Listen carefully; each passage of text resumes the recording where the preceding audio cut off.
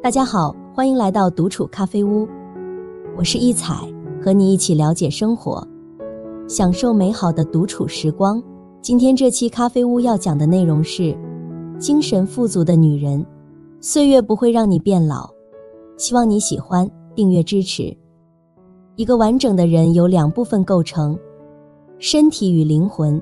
积极心态的人往往拥有更高的能量层级，能够吸引更广泛的人脉和财富资源。相反，消极心态的人能量层级通常较低，他们倾向于自我封闭，错失许多机遇。在日常生活中，人们往往追求物质上的满足，却容易忽略精神上的充实。徐静在其著作中提到，女人总是被时间和生活雕琢，今天不妨为自己雕刻一顶花冠，一辆马车，一座宫殿，在自己创造的世界里成为自己的女王。实际上，对于女人来说，只要精神世界丰富，即使独自一人也能生活得很好。而那些精神上贫瘠的女人，即便物质条件优越，最终也可能将生活过得一团糟。心理学研究表明，一个精神富足的女人大都会有这几种表现，你是吗？1. 知足常乐，对生活有追求但不奢求。一个在精神上足够富有的女人，不会过分地追求物质上的满足。叶嘉莹先生年轻的时候就失去了母亲，他的婚姻也很不顺。在他中年的时候，不幸遭遇了牢狱之灾，到了老年，他又痛失了自己心爱的女儿。他的一生已经走过了90多年，大部分时间都在动荡和流浪中度过。面对这样充满坎坷的人生，如果换作一般人，可能早就承受不住，精神崩溃了无数次。但是叶女士并没有因此而变得消极沮丧，反而活出了自己独特的风采。在她那看似荒凉的人生中，叶女士找到了属于自己的光芒。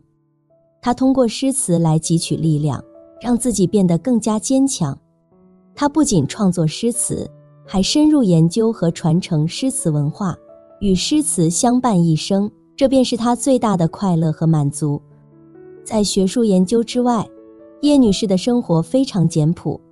她独自居住在简陋的房间里，每天的饮食也很简单，常常是青菜和剩饭。尽管物质生活并不富裕，但她内心充满了善良和爱心。在2018年到2019年期间，叶女士分2次向南开大学捐赠了总共3568万元人民币，这几乎是她所有的积蓄。尽管一生经历了许多风雨，叶女士依然能够感受到生活中的美好和幸福。她曾说，掬水月在手，弄花香满衣，这表达了她对生活中美好瞬间的珍惜。同时，她也表现出一种超脱的态度。她说，连时有心应不死，人生一老梦偏痴，这体现了她对生命和梦想的执着追求。在简单而清淡的快乐中，她默默成长，在冷清而朴素的生活中，她自得其乐。叶女士曾说，我和谁都不争，和谁争我都不屑。她过着简单的生活，不被世俗的纷扰所累，反而保持了她的纯真和自然，使自己能够自由地度过人生的河流，达到自己向往的彼岸。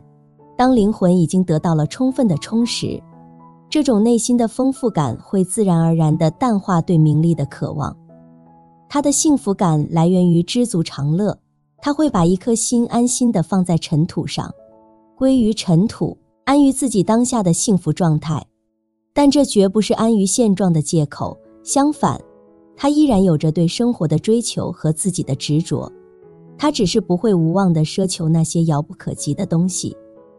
当一个人的心灵是饱满的，无论身处何地，都能感受到那份温暖和幸福。2. 低调随和，有资本也从不炫耀。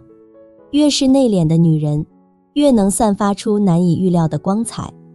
她历经风雨的磨砺，保持着低调与谦逊，即便拥有丰富的资源，也从不炫耀。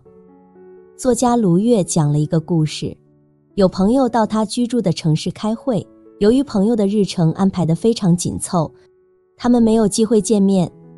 不过，朋友要参加一个行业内的招待酒会，于是约在那里碰面。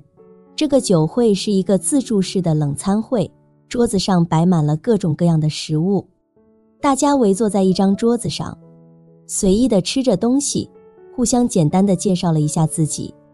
作为2位中年女人，她们并没有引起太多人的注意，只是随意地点头示意。桌上的人们边吃边聊，有些人开始吹嘘自己的经历，有人提到自己刚从迪拜回来，在那里住了1个月的豪华帆船酒店，还有人说最近在上海买了一栋别墅。就在这时，主办酒会的公司老总在人群中注意到了他的朋友，便走过来向他敬酒，感谢他的到来，并且态度非常客气和尊敬。老总还递给他一张名片。老总离开后，他的朋友立刻成为了酒桌上的焦点，大家纷纷向他提问，试图了解他到底是什么身份。朋友只是微笑着回答说自己是一名研究员，目前做的课题和他们公司有些关联。实际上，他是欧盟投资数百万欧元的实验室项目负责人，他所研究的尖端课题有可能带来上亿的利润。当他问朋友为什么没有说出自己的真实身份时，朋友回答说，我已经不需要别人来肯定我的价值了。不炫耀，这正是一种做人的底气。一书曾说过一段话，真正的淑女从不炫耀她所拥有的一切，她从不告诉别人她读过什么书，去过什么地方，有多少件衣裳，买过什么珠宝，因为她没有自卑感。不炫耀的女人，她的思想在持续的学习与成长中愈发成熟，懂得如何在平凡中与人和谐相处。这样的女人智慧非凡，因为她们深知，相较于炫耀，这些品质更能赢得他人的敬重。3. 不管多大，永远保持着一颗少女心。生活从不偏袒任何人，唯有自知自爱者方能收获更多幸福。女人在婚姻的长河中，往往逐渐失去了昔日的自我，不再以自我为中心，而是将生活重心转移到家庭与孩子身上，辛劳一生。这样的女人常因生活的重压而疲惫不堪，她们渐渐失去了原有的纯真，从天上的仙女沦落为尘世的凡人。其实不难发现，很多活成了我们羡慕的样子的女人，都多多少少拥有少女心。最近徐帆又出现在了大众的视野，我们也了解了她幸福甜蜜的婚姻生活。不说冯小刚在电影圈的成就，单单说这个人，他跟帅挂不上钩，甚至还有白癜风和一身臭毛病，实在没什么好迷恋的。但是看徐帆在各种节目中的表现就知道，他对冯小刚绝对是迷恋和仰视的爱。所以面对着这样一个不好看的男人，他爱称他为哥哥，甜腻腻的称呼，硬是叫出了韩剧里欧巴的精髓，真的是满满的少女感。我爱你就要表现出来，无惧流言。不管多少人觉得徐帆爱的卑微，冯小刚直男癌晚期，但是都无法否认人家老两口活得舒坦着呢。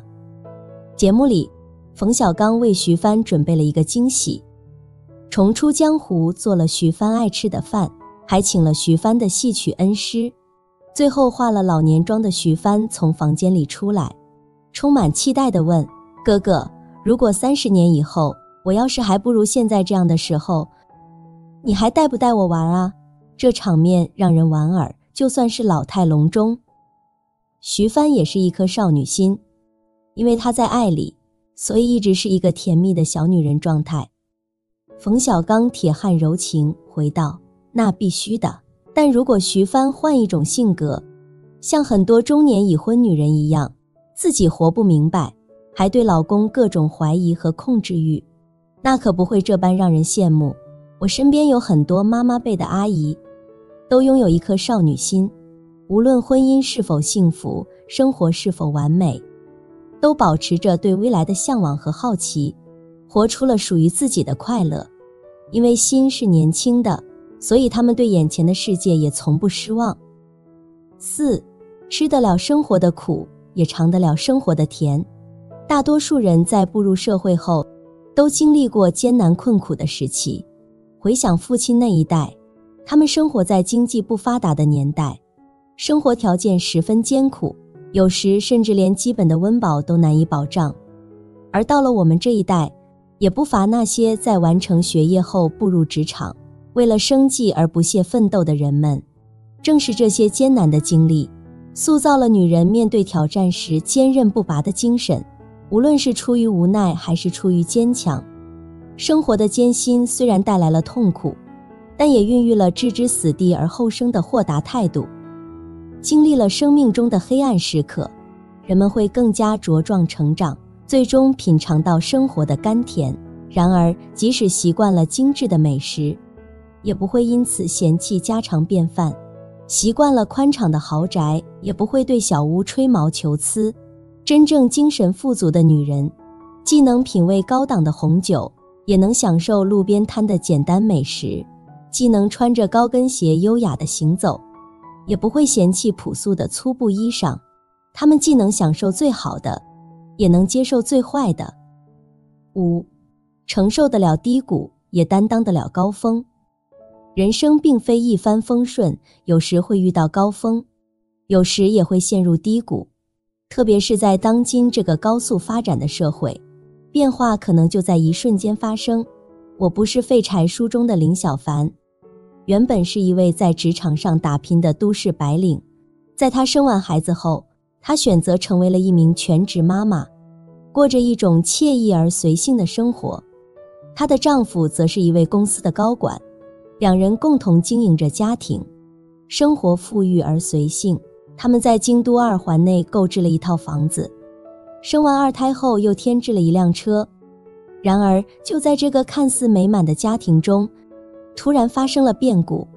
她的丈夫被公司辞退，林小凡作为全职妈妈的希望也随之破灭。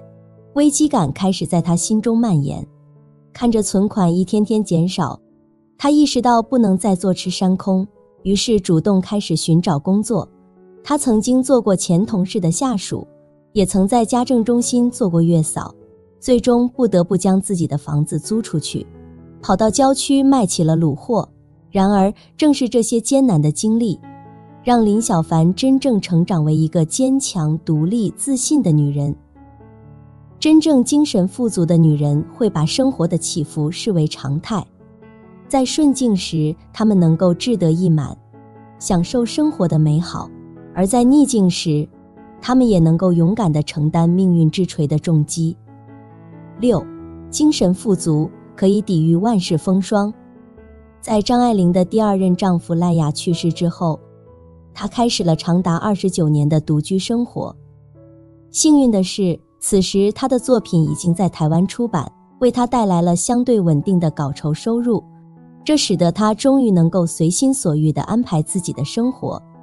在张爱玲租住的公寓里，摆放着桌椅和强光灯泡，她每天中午才起床，开始写作，直到天亮时才休息。她的饮食非常简单，大部分时候以罐头、牛奶等速食品为主，唯独对咖啡情有独钟。她大部分时间都是独处，只与出版社和几位亲友保持着书信往来。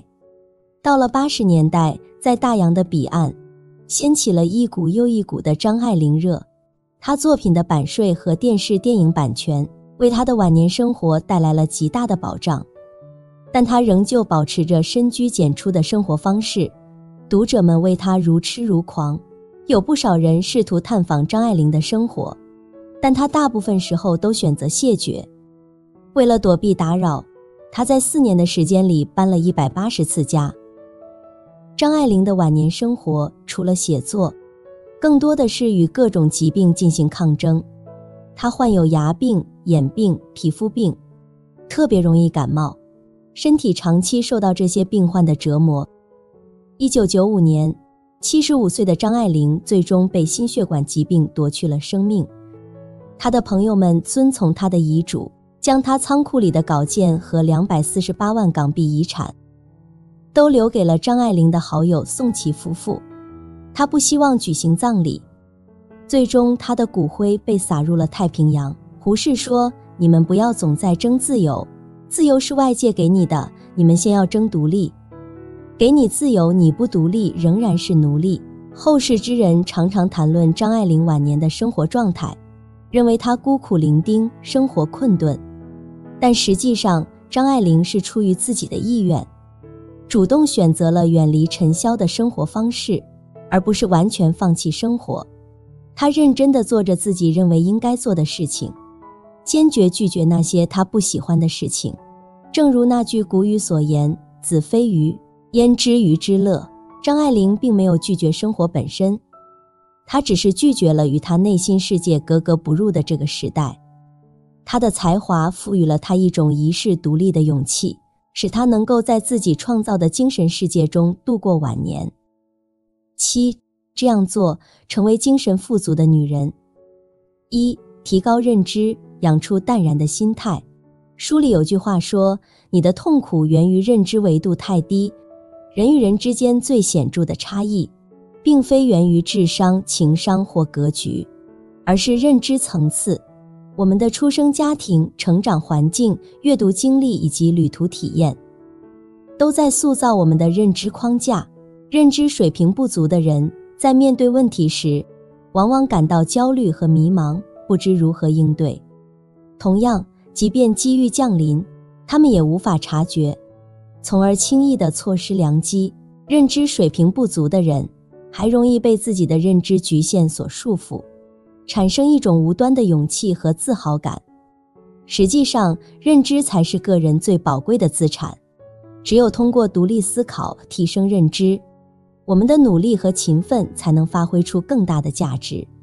广泛阅读和学习，接触不同的观点和思想，有助于拓宽我们的认知视野，使心灵变得更加开阔，不再被琐碎事物所困扰。我非常喜欢这样一句话，每一本书都像一扇任意门，你想去哪里，都由你自己决定。积极向上的社交，因为成功人士的背后，往往有着他们独特的认知和思维方式。与高层人士交往，学习他们的方法和思维，将其内化为自己的理念，久而久之，你对事物的看法和态度就会发生显著变化。养成勤于思考和总结的习惯，学会全面地看待问题，而不是仅仅纠结于单一因素。通过不断思考和总结，我们能够发现自身的不足，并提升认知水平，勇于探索和创新，打破固化的思维模式，积极接触和了解新事物，不要轻易否定那些你尚未接受的事物。通过探索和创新，你将能够获取更多知识，从而提高自己的认知能力。随着认知的提升，我们看待问题的角度也会随之改变。许多曾经难以理解或解决的问题，将变得清晰易懂。因此，想要实现身心的和谐统一，提升认知和转变心态，是每个人都应该努力追求的目标。2. 升级圈子，养出高能量。罗振宇在他的演讲《时间的朋友》中曾经提到过，一个人的财富基本盘主要由2个部分组成，首先是你自己的能力和技能，其次是你与其他人建立联系和沟通的能力，而后者实际上可以成为前者的一种放大器。对于女人来说，成长过程中最为关键的就是社交圈层的选择，与那些志趣相投、有共同兴趣和目标的人在一起，会带来许多灵感和自我提升的机会。如果你想成为一个特定类型的人，那么你就必须努力与那些具有相同特质的人交朋友。人与人之间的能量是可以相互传递和影响的，与那些积极向上、充满正能量的人交往，可以让你感受到更多的正面影响，而远离那些总是唠叨抱怨、充满负能量的人，则会让你的生活更加轻松愉快。一个高质量的社交圈子，不仅能引领我们，还能帮助我们找准方向，及时调整，从而达到事半功倍的效果。人活于世，朋友的数量并不需要太多，你可以尝试清理自己的朋友圈，剔除那些让你感到不适或负能量的人，多和那些让你感到舒适、优秀的人在一起，这样你才能培养出自己的高能量，成为一个更好的自己。3、提高能力才能有底气。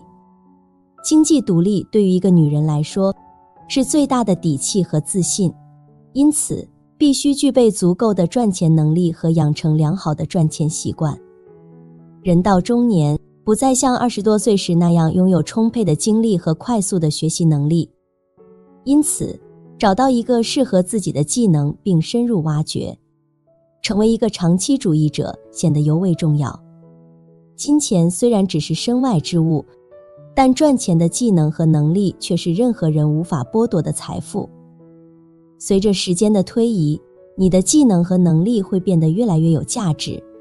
女人的底气和自信，既来自于她强大的内心，也来自于她对自己的安全感。只有当你的能力足够强大时，你才能在面对各种问题时保持冷静，不被外界的干扰所动摇。经济独立赋予了你足够的选择权，使你在遇到困难时不必看别人的脸色行事。在人生的道路上，不要幻想依赖任何人，只有这样，你才能活得有底气，更加自由。中年以后的我们，要懂得珍惜每一次机会，不断地提升自己，增强自己的实力。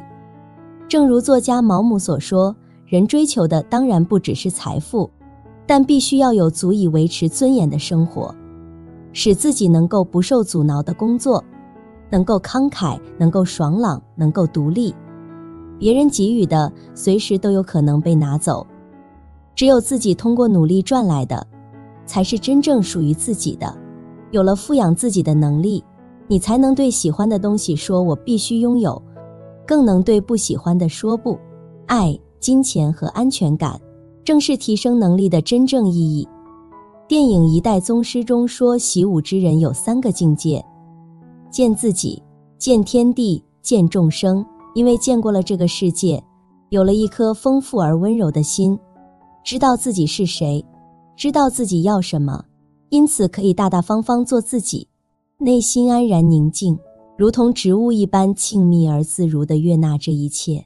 我观察过许多人，包括普通人和影视明星，我发现精神富足的人，虽然容貌会发生巨大的变化，但是眼神却越来越平和。